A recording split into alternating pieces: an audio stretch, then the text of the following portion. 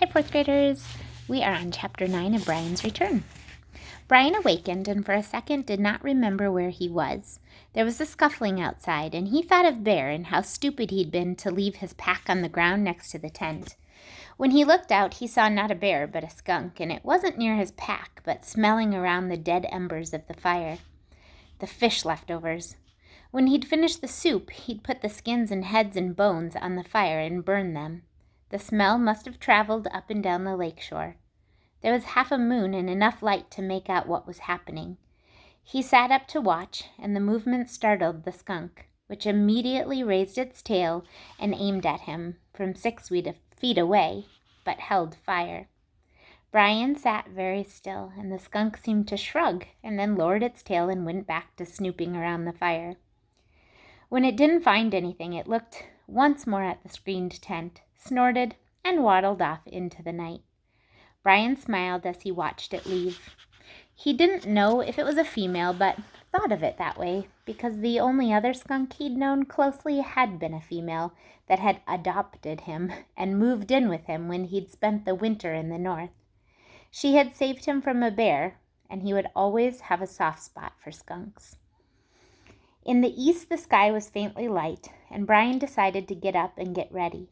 The pilot had said daylight 30, and that would be in not much over an hour. He made a small fire and put some water on to boil and dropped a pinch of tea in the water. While it was heating and boiling, he rolled his bag and took the tent down and repacked it. For a time, he had nothing to do, and he sat watching the fire, feeling hunger come back. The fish and broth had filled him, but hadn't lasted long, and he didn't have time now to fish and cook before it was time to leave.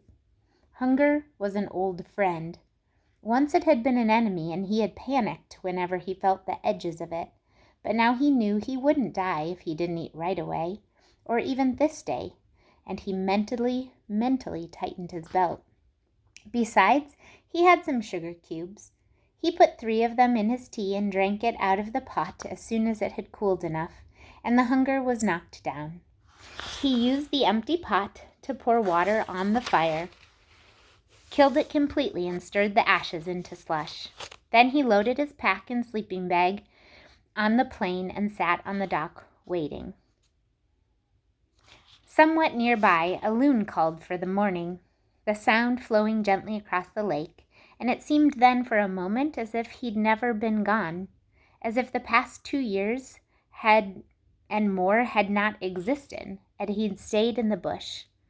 This lasted until he heard a motor and looked up to see an old Jeep Cherokee rattling down the ruts to the shack. There was a canoe on top and the pilot and 2 men inside. Brian stood and waited as the Jeep parked. The 3 of them got out and took the canoe down and moved on to the dock. He'd been dreading meeting the fishermen.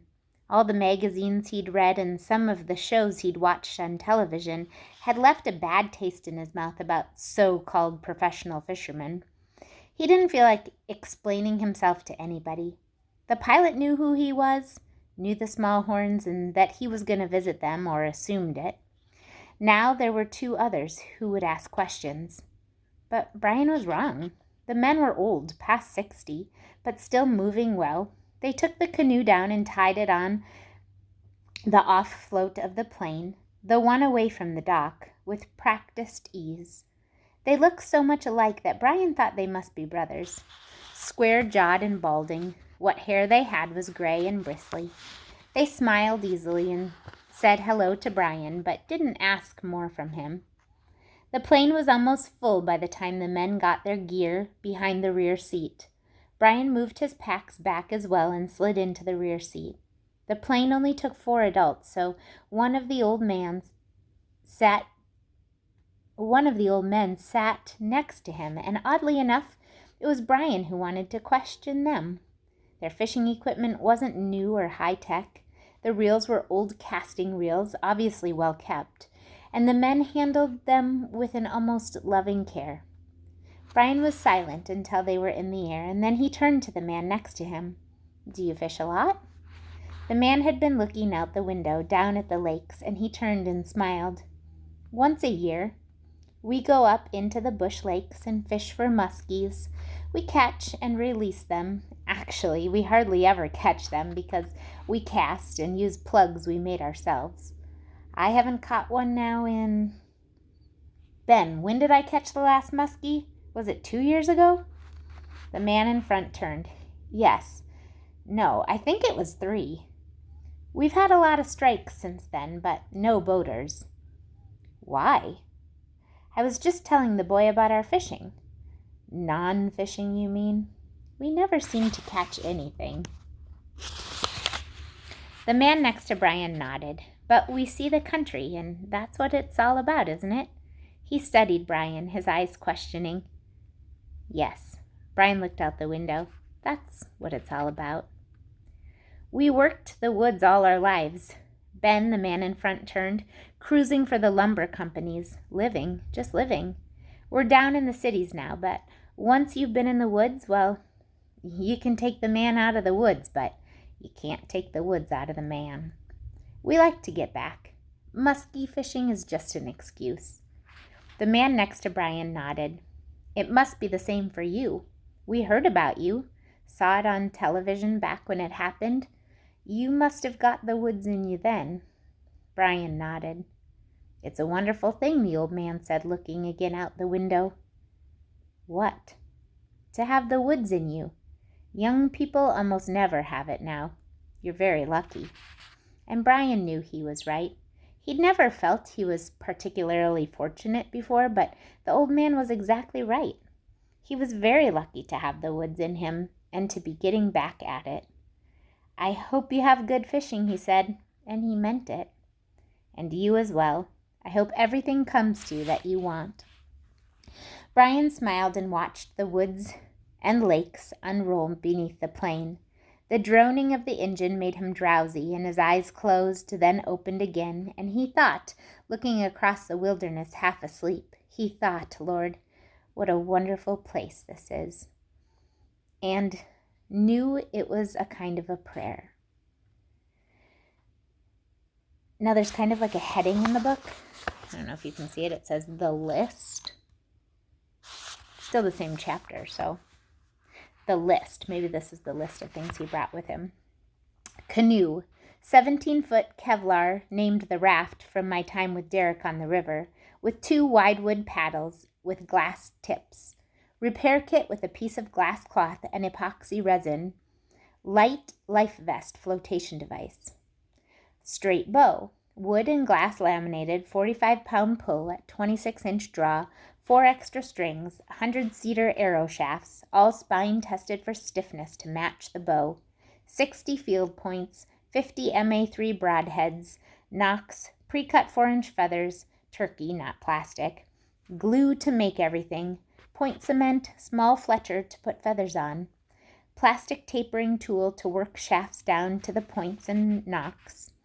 He debated long on the arrows, whether to take pre-made arrows or the materials to make them, and in the end he did both. He had 24 finished arrows, half broadheads and half field points. Small stone and file to sharpen broadheads, plain leather quiver to hang down the center of my back. Again, he debated whether to use a standard over-the-shoulder quiver or a center hung with double harness. He decided on the center quiver because his head would protect the arrows and keep them from hitting things when he was moving through the brush. Knife. Plain hunting-style knife with cross hilt and straight 6-inch flat blade sharpened on one side except for the tip, to be sharpened also on the top back about 2 inches. A tool and a weapon. Use the same stone and file for sharpening the broadheads to sharpen the knife and hatchet. Hatchet. There were many variations he could have gone with, as with knives, but he chose a plain belt axe, not unlike the one his mother had given him when he started north the first time. Like the knife, it was always on his belt, and would always be there. He had learned that it was much better to have a tool weapon with you and not need it, than to need it and not have it with you. Fishing gear. Nothing fancy. 2 spools of braided line, 20-pound test, a dozen metal leaders, and a container of small sinkers, the kind with the rubber twist center. Small plastic box with 100 sorted fish hooks. No rod, no reel, just the hooks, line, and sinkers. At this point in compiling the list, a kind of stubbornness had come into Brian's thinking.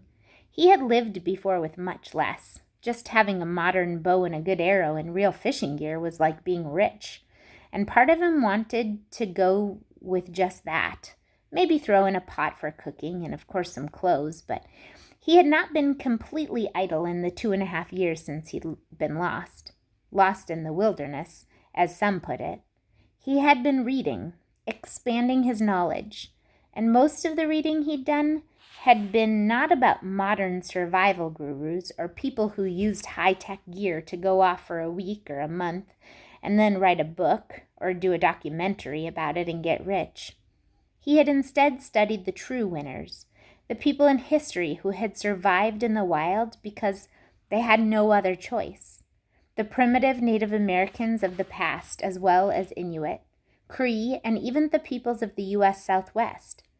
Though the terrain in that region was radically different from these North Woods, for them it wasn't a game, but their lives. What Brian knew now as primitive living had in fact been modern for them. It was how they lived, or died. He read and reread and in the end decided that if those people had had modern conveniences available, they would have used them, just as they did when new things came along.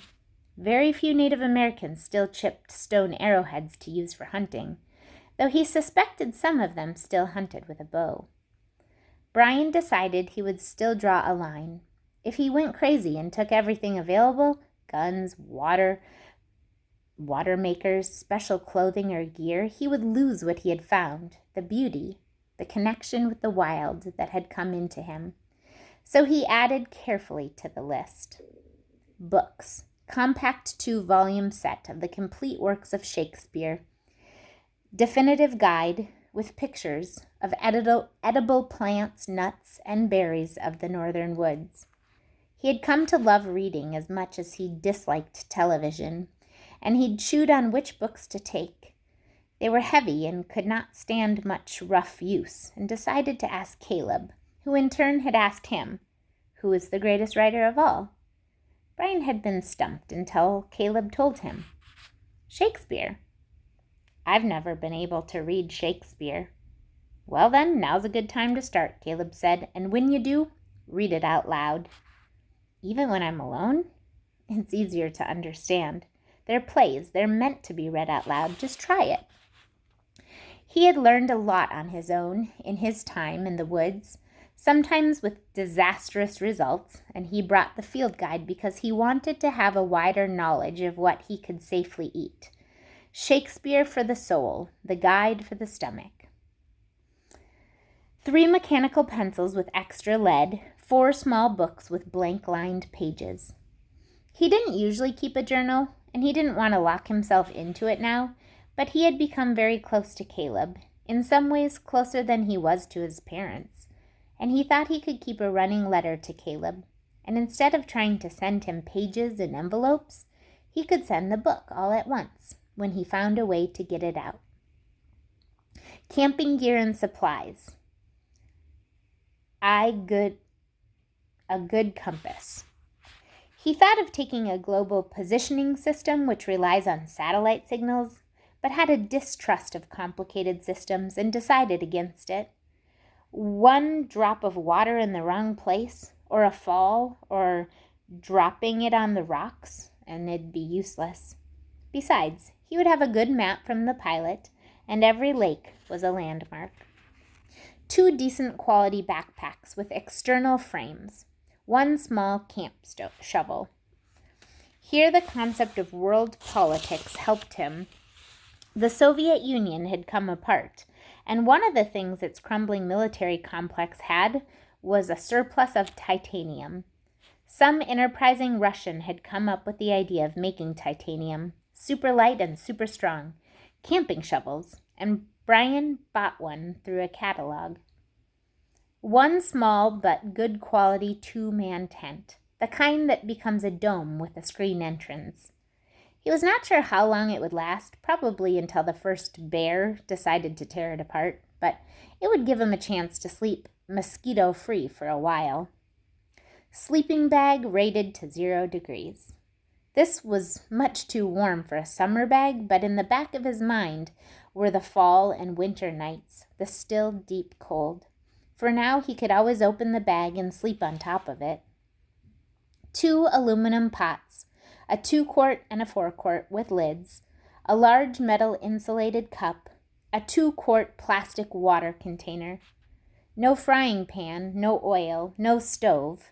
He'd become accustomed to cooking over the fire and preferred it. Besides, if he used a cooking stove, he'd have to carry fuel for it, and that was a whole new problem. A container of salt in a plastic bag. He had missed salt a great deal in the bush. 3 boxes of sugar cubes in a plastic bag for his sweet tooth. 3 boxes of 1-gallon Ziploc plastic bags. Tea for several months. 4 plastic bottles of vitamin C tablets and 3 bottles of multivitamins. He hadn't had vitamins the first time, but his mother and Caleb had insisted on it. His mother didn't know Brian would be on his own for a time, perhaps a long time, but she wanted him to take the vitamins anyway. Don't those people you're going to visit use vitamins? The Smallhorns? They are the Smallhorns, Mother, not those people. Whatever. Surely they use vitamins. You take them. A 25-pound bag of brown rice wrapped in a plastic garbage bag, a roll of 30 plastic garbage sacks to waterproof equipment and packs. In his reading, he'd discovered that most of the cultures in the world seemed to exist on rice, and he had started to cook with it at home, though in small amounts. His mother didn't like it. He found it bland but mixable with other foods, and he thought to use it now and then with fish or other meat or wild vegetables. No flour, no bread, no candy, no ingredients for pizza. Caleb had jokingly suggested that one. No ice cream, no soda, none of the things he had come to miss so much when he was in the woods before. They had all proven to be phony pleasures. He neither wanted them nor needed them in his life any longer. A small, basic first aid kit. He couldn't do sutures or treat major wounds with this, but he had filled a prescription for antibiotics to help with infection he might get. Also, insect repellent. 8 boxes waterproof matches, 3 small propane lighters. He remembered the difficulty of getting a fire going, and while he felt certain he could do it again with just the hatchet and a stone, this was one area where he definitely wanted to go modern. He'd also brought a magnifying glass to look closely at things that might interest him, and he could use it to start a fire if the sun was out. Clothing. 2 pairs of loose hiking pants, a pair of soft hiking shoes, 4 t-shirts, 2 pullover polar fleece jackets, a pullover breathable, waterproof anorak with a hood, a fabric military-style belt to carry the knife and hatchet, 3 pairs of athletic socks, 3 pairs of hiking shorts with several pockets, 3 pairs of briefs, 2 build caps, a sewing kit with assorted needles and 4 spools with heavy thread, 1 spool waxed sewing cord with heavy needles, a hand-awl needle combination, 3 small cakes of beeswax for thread and bowstring. If it came to it, he wanted to be able to sew leather, especially for moccasins. Hiking shoes were fine, but he had come to like sewn moccasins. They were light, and though they wore out rapidly, he could feel the ground through them and move more quietly. A 10 by 10 foot tarp, 200 feet of 1/8 inch nylon rope, parachute cord, and an old 3-pound coffee can be found in the water by the plane when they were getting ready to take off from Rainier. That was a really long chapter, boys and girls, which wasn't that exciting. He was just telling us all the stuff that he packed with him to go back. Anyway, hopefully the next chapter will be a little bit more interesting. Thanks for listening.